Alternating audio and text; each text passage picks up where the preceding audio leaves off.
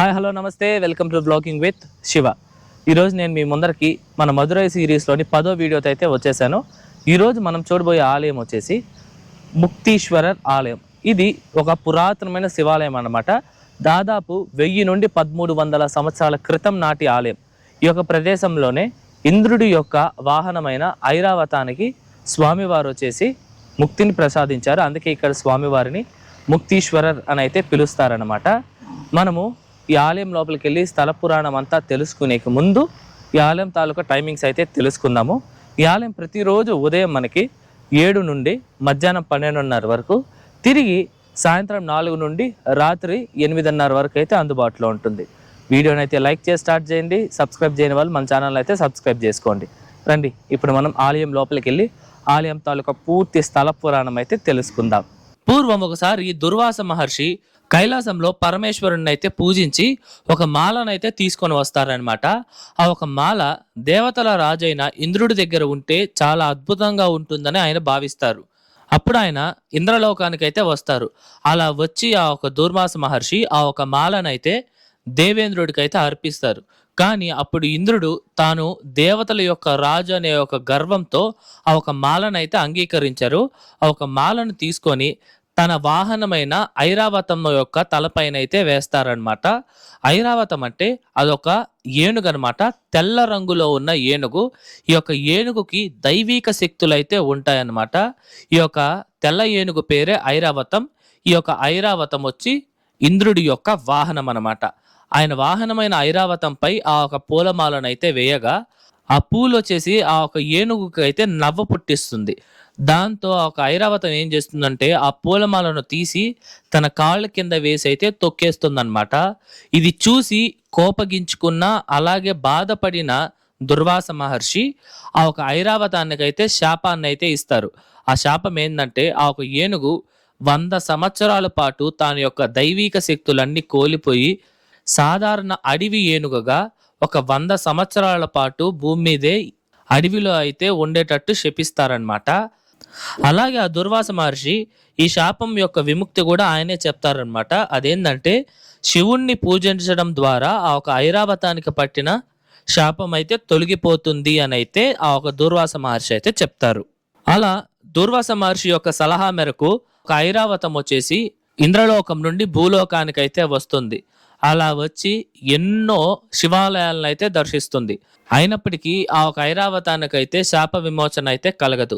అలా ఒక ఐరావతం తన యొక్క తీర్థయాత్రలో భాగంగా ఈ యొక్క ప్రదేశానికైతే వచ్చి ఇక్కడ ఉన్న ఒక విల్వ చెట్టు కింద అయితే నిలబడుకొని స్వామివారిని అయితే తలుసుకుంటుంది.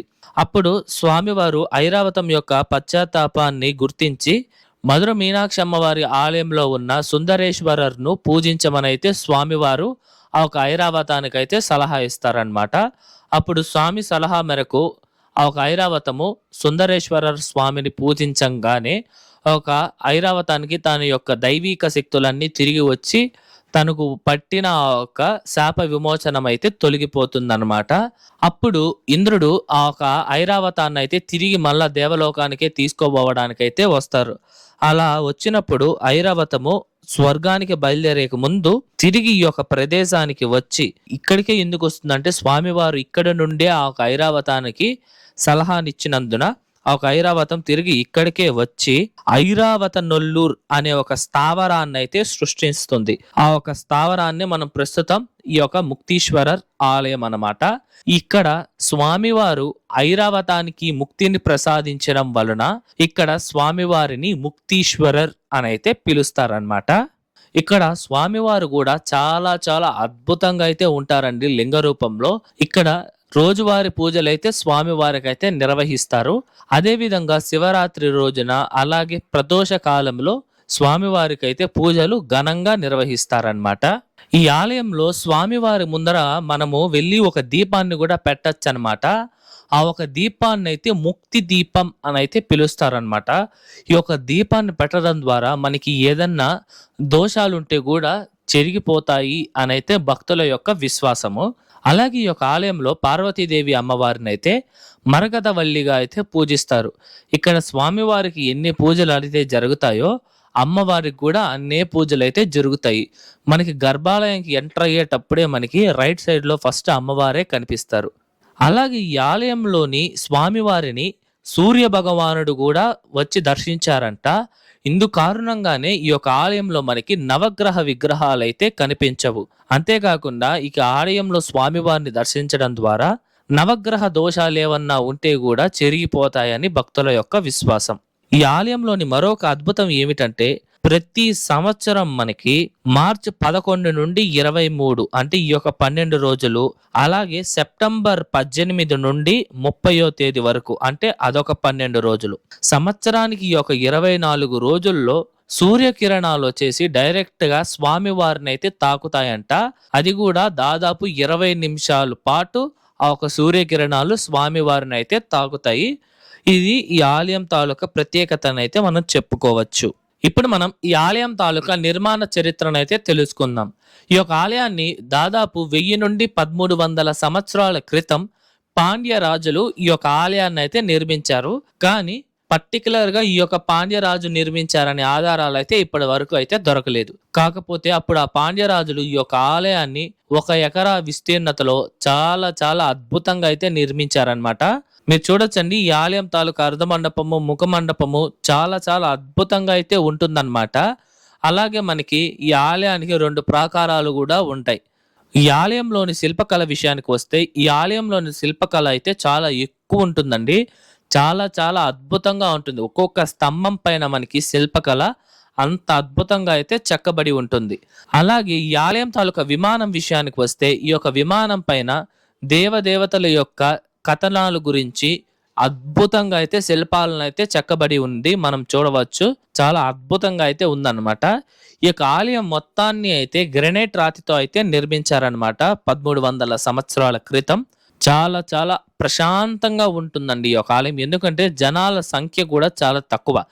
ఈ యొక్క ఆలయాన్ని పాండ్య రాజుల తరువాత 16 నుండి 17వ శతాబ్దం మధ్యలో ముత్తు వీరప్ప నాయకర్ అనే ఒక నాయకర్ రాజు ఈ యొక్క ఆలయాన్ని అయితే పూర్తిగా పునర్నిర్మించి ఇప్పుడు మనం చూస్తున్న విధంగా అద్భుతంగా అయితే నిర్మించి ఇచ్చారనమాట.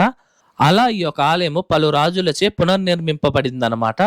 ఈ యొక్క ఆలయం కూడా మనకి మెయిన్ రోడ్ లో ఉన్నప్పటికీ కూడా చాలా మందికి తెలియని ఒక ఆలయము. ఈ యొక్క ఆలయం ఎదురుగానే మనకి ప్రపంచంలోని అతి పెద్ద ఆలయ పుష్కరిణి అయిన మదురై తెప్పకుళం, ఆ ఒక తెప్పకులానికి ఎదురుగానే ఈ ఆలయం ఉంటుంది.